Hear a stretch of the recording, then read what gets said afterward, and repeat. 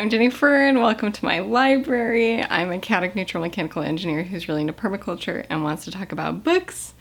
So let's talk about books. I have my May reading wrap up today. So here's the situation. May, I was trying something. I decided I'm gonna go and do mashed potato May and I'm gonna commit to reading 4 books that are on my TBR. And I also decided to try to read something else to finish a reading vlog, which I've already posted, so you know I didn't finish it. The truth of the matter is, I didn't finish very much at all, because I've learned time and time again, if I give myself a true assigned TBR, it sucks the joy out of reading. I don't want to read, and I don't do it. Before I set my TBR, I finished 2 books. I finished The Dispossessed by Ursula K. Le Guin. This one was challenging for me.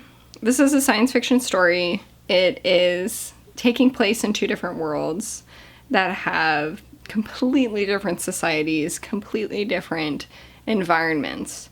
We are following our main character, who's this guy who's studying like physics or something. He's like trying to make this big breakthrough. He initially is raised and grows up on this moon that has this like anarchistic utopian society. He moves to this planet that has like more of a familiar capitalistic society. He is kind of exploring the worlds in various ways. The reason why it's a little bit challenging is the chapters go back and forth in time, which I actually found quite confusing and not super understandable. At the end, you're kind of like, oh, okay. I didn't love this immensely.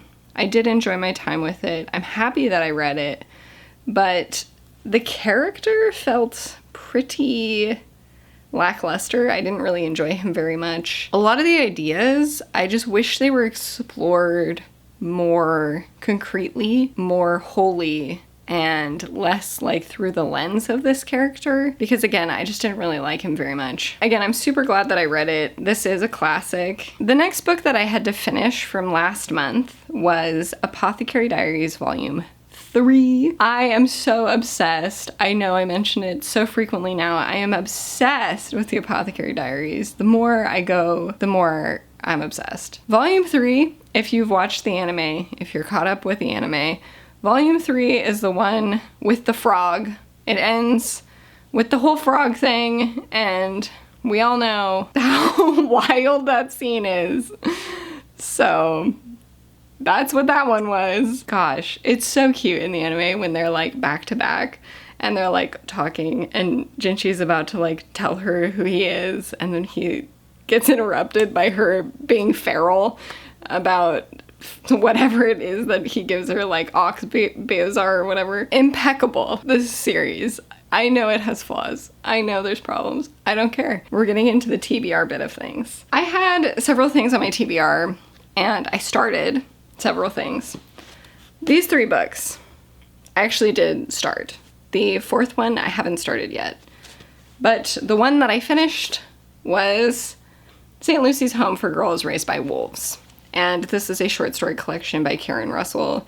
Karen Russell is one of my favorite writers. This woman derailed me completely. I was doing my TBR thing. I was reading these stories. I was reading everything so diligently. And then I got so inspired by reading this that I was like, I have short stories. I should edit my short stories so that I consider them for publication.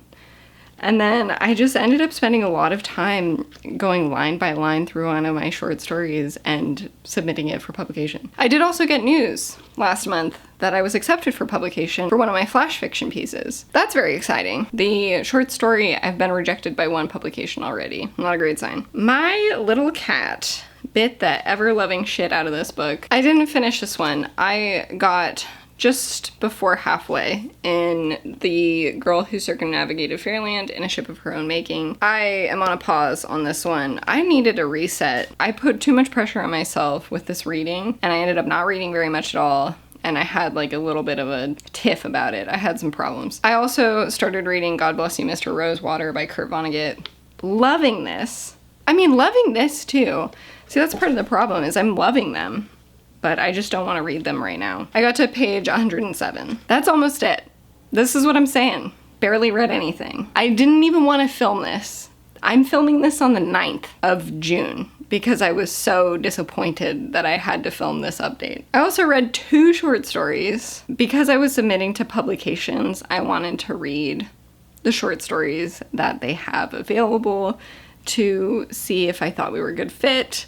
I only ended up reading 2, which really isn't my due diligence. I read Airport Food Smells Like a Past Life by Anna Lux. This was a flash fiction piece, and I did find it very like visceral. I don't know if I quite like got it, but I did enjoy the writing. I also read An Inventory of What Was Lost by Jack Green, and that was really interestingly composed, very experimental, inspired by having lived in a cult. I will put both of those short stories, the links to them, in the description if you're interested in also reading them, because they're available. That's all I had. I am pleased to say that I have already finished things in June. I am on track to reading quite a lot in June.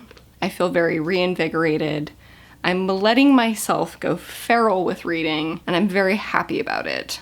I am completely ignoring my TBR, and I'm letting myself be free. I hope you're happy for me. How was May for you? Did you participate in Mashed Potato May? It's associated with the Books Unbound podcast, if you have no idea what I'm saying. I had a TBR video about that. Let's ignore that I tried. I mean, good thing is I did read this Karen Russell book. She did inspire me.